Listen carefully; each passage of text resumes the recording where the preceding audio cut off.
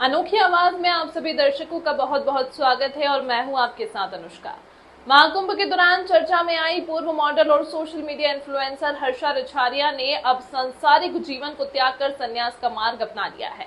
रविवार को मध्य प्रदेश के उज्जैन स्थित मोनी तीर्थाश्रम में पंचायती निरंजनी अखाड़ा के पीठाधीश्वर महामंडलेश्वर स्वामी सुमनानंद गिरी महाराज ने उन्हें विधि विधान के साथ संन्यास की दीक्षा दी। दीक्षा के बाद परंपरा के अनुसार उनका नया नाम हर्षानंद गिरी रखा गया है और अब वे इसी नाम से जानी जाएंगी।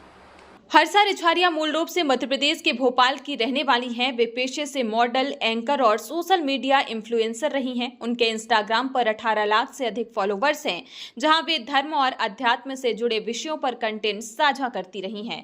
करीब 2 वर्ष पहले उन्होंने निरंजनी अखाड़े के महामंडलेश्वर स्वामी कैलाशानंद गिरी महाराज से प्रारंभिक दीक्षा ली थी और वर्तमान में उत्तराखंड में रह रही थी। 4 जनवरी 2025 को प्रयागराज में आयोजित महाकुंभ के दौरान वे निरंजनी अखाड़े की पेशवाई में संतों के साथ रथ पर सवार नजर आई थी। पीले वस्त्र, रुद्राक्ष की माला और माथे पर तिलक के साथ उनकी यह छवि सोशल मीडिया पर तेजी से वायरल हुई, जिसके बाद वे सुर्खियों में आ गई और अब उन्होंने पूर्ण रूप से संन्यास ग्रहण कर लिया है। इस मौके पर महामंडलेश्वर स्वामी सुमनानंद गिरी महाराज ने कहा कि संन्यास की दीक्षा एक अत्यंत अनुशासित और कठिन प्रक्रिया होती है। इसमें व्यक्ति को अपने पूर्व जीवन का पूर्ण त्याग कर आध्यात्मिक मार्ग पर दृढ़ता से आगे बढ़ना पड़ता है। उन्होंने सभी सन्यासियों से अपील की है कि वे अपने आचरण से सन्यास की गरिमा बनाए रखें और उसे कभी भी कलंकित ना होने दें। ग्लैमर की दुनिया से अध्यात्म की राह तक का यह सफर सिर्फ एक बदलाव नहीं बल्कि आत्मबोध और त्याग की एक गहरी कहानी है। हर्षानंद गिरी का यह निर्णय यह दिखाता है कि जब भीतर की पुकार सच्ची हो तो इंसान हर मोह माया को छोड़कर एक नई दिशा चुन सकता है। अब देखना होगा कि यह नई आध्यात्मिक यात्रा उन्हें किस मुकाम पर लेकर जाती है। देखिए, हमारे यहाँ संन्यास की परंपरा है। इसमें पिंडदान, तर्पण ये सब होता है, शिखा भी कटती है और अपने पूर्व आश्रम के जितने भी संबंध हैं उन संबंधों से साधक निवृत्त होके फिर संन्यास धर्म में प्रवृत्त होता है। तो वो पूरी क्रिया इस बेटी ने यहाँ की है और ये मौन तीर्थ से दीक्षित हो रही है।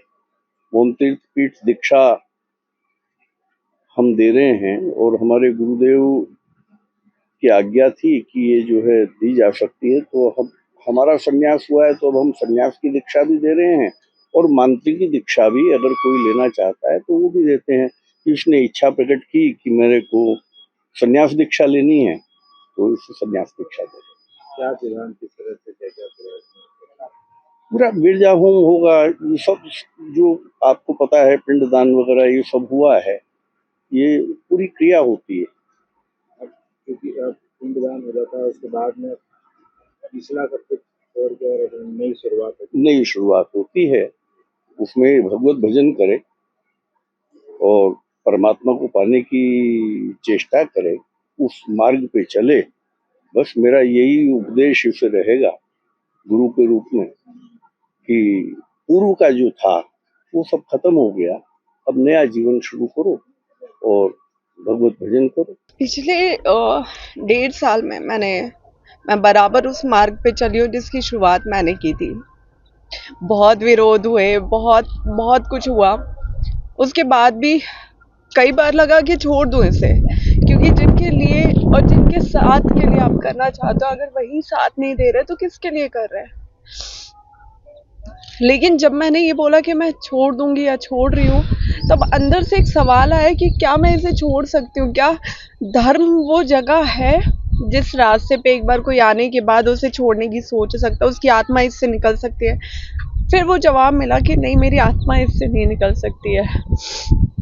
और इसके बारे में मैं विचार कर रही थी, संन्यास लेने के बारे में, और ये विचार मेरा काफ़ी टाइम से चल रहा था। लेकिन अब जाके मुझे लगता है कि वो सौभाग्य प्राप्त हुआ कि मैं ये कर पा रही हूँ और ये आज हो गया है, जिसके बाद एक नई शुरुआत होगी। और अभी तक मैं सिर्फ अपने परिवार के लिए सोच रही थी, अपने लिए सोच रही थी, लेकिन अब गुरुजी के मार्गदर्शन में पूरे धर्म और समाज के लिए सोचेंगे, तो ये सौभाग्य मुझे मिला है।